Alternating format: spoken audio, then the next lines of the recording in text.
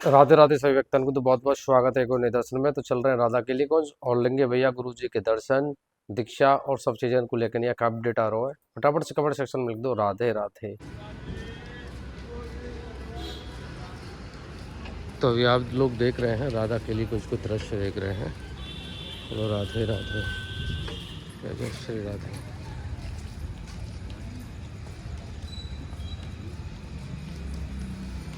श्री राधा, जय श्री राधा।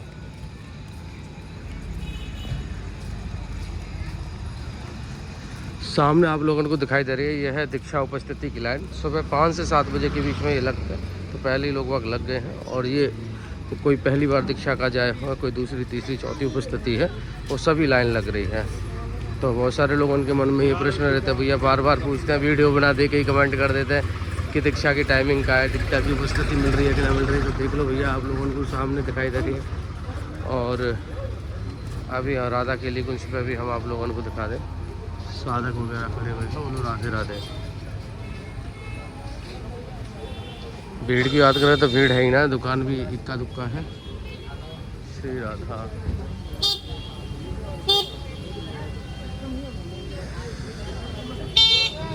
जय जय श्री राधे। राधे श्याम बाबा आ रहा हूँ। श्री राधा, ये देखो महिलाओं की लाइन लग रही है, जो दीक्षा के काज आए हुए हैं। ये महिला की लाइन है और ये लग रही है आगे तक।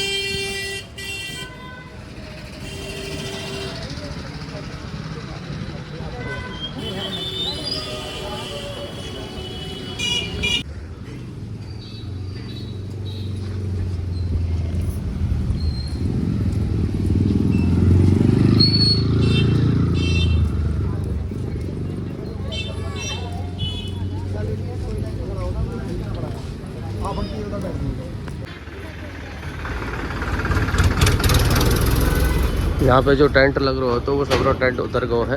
राधे श्याम बाबा यहाँ से पूरा टेंट हो जो पूरा टेंट हट गया है और लास्ट तक सारा टेंट हटा दियो है। अब सजावट जो दिख रही थी हमें राधा के लिए कुंज पे, वो सारी सजावट हटा दी है। और वो जो दृश्य हमें दिख रहा हो एकदम निकुंज जैसो, राधा नाम लता पता वो सब अब एकदम साफ कर दिए हैं और गेट वगैरह भी हटा दिए हैं। ऐसा आज को दृश्य हमें दिखाई दे रहा है। तो ये आज की यहाँ से बड़ी अपडेट है। संतन दर्शन करो पहले आप लोग भूल के नहीं है। राधे राधे, जय जय श्री राधे हैं, श्री राधे। ये गौतम ऋषि गेट को हमने आप लोगों को दृश्य दिखायो। बोलो राधे श्याम सीताराम।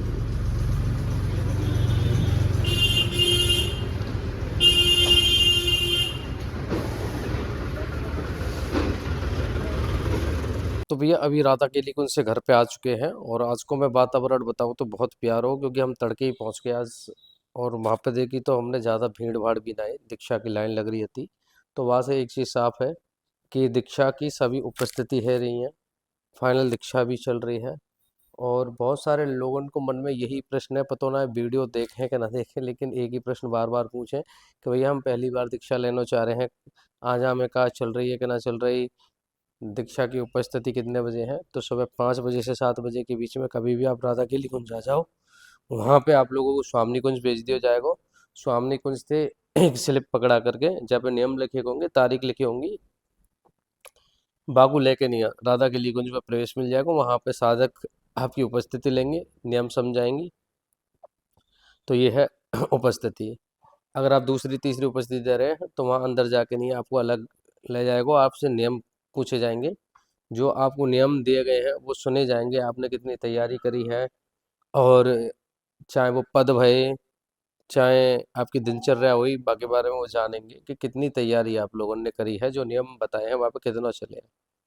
गुरु जी की दीक्षा में एक चीज़ और प्रश्न आवे लोगों को कि हमें पहली बार में दीक्षा मिल जाएगी क्या। भैया पहली बार में दीक्षा ना मिले, वहाँ पे आप लोगों को जो नियम है वो सब याद कंठस्थ हो जाएंगे, पक जाएंगे ना। तो जब आप लोगों को दीक्षा मिलेगी वहाँ में आपको 1 साल 2 साल 3 साल कितना भी समय लग सकता है। जल्दी दीक्षा ले रही है तो एक ही मंत्र है, जो उनके द्वारा नियम बताए जा रहे हैं उन नियमों को फॉलो करो अच्छे से। और जो पद आप लोगों को दिए जा रहे हैं, जो पाठ दो जा रहा है, वाको कंठस्थ कर लो। जितने जल्दी आप याद कर लोगे उतनी जल्दी आप लोगों को दीक्षा मिल जाएगी। वह बोलने को प्रयास करो बार बार, क्योंकि जब आप उनके सामने जाएंगे और वो आपसे सुनेंगे तो आप सुना नहीं पाएंगे, तो फिर आपको एक स्थिति दे दी जाएगी। तो जब वजह से आप लोगों को कंठस्थ होने चाहिए और उनको बोलना भी आना चाहिए। सुना है कि झिझक जाए भूल जाए, तो वह को थोड़ा सा ध्यान रखना है। फाइनल दीक्षा चल रही है। नाम दीक्षा के बारे में पूछ रहे भैया कि नाम दीक्षा का है। नाम दीक्षा वो है जहाँ में मंत्र की जगह पर नाम दिया जाता है। वो नाम दीक्षा ज़्यादातर छोटे बच्चा या फिर जो पढ़े लिखे ना है उनको मिलता है, लेकिन अभी वो फिलहाल बंद है, नाम दीक्षा बंद कर रखी है। ठीक है, ये तो दीक्षा से रिलेटेड है। राधा के लिए कुंज में सत्संग चल रहा है। कृष्ण मोहिनी बाबा, अनुरागी बाबा और प्रेम रसदायनी बाबा ये सत्संग कर रहे हैं। इनमें से कोई को भी सत्संग सुनने को मिल सके हैं। बस सत्संग को लाभ लेने को आपको सुबह आना पड़ेगा 2:30-3 बजे, और आप वहाँ में सत्संग में बैठ सकते हैं राधा केली कुंज में। यहाँ के बाद में और भी दिनचर्या में है, आरती है, कीर्तन है, बाणी पाठ है, यहाँ में भी आप लोग बैठ सकते हैं। बहुत ज़्यादा भीड़ ना आ रही तो टोकन की मारामारी भी ना है, क्योंकि जो टोकन की मारामारी होगा वो गुरुजी के दर्शन के काजे होगा। और अभी फिलहाल इन चीज़न का जो राधा केली कुंज में काफ़ी कम भीड़ है, तो ज़्यादातर नंबर आ ही रहे हैं। गुरुजी के बारे में बात करें कि गुरुजी क्या कर रहे हैं। गुरुजी जमुनापल्ली पार हैं, वहाँ पे साधकन के संग में समय बिता रहे हैं, सत्संग है और फाइनल दीक्षा दे रहे हैं।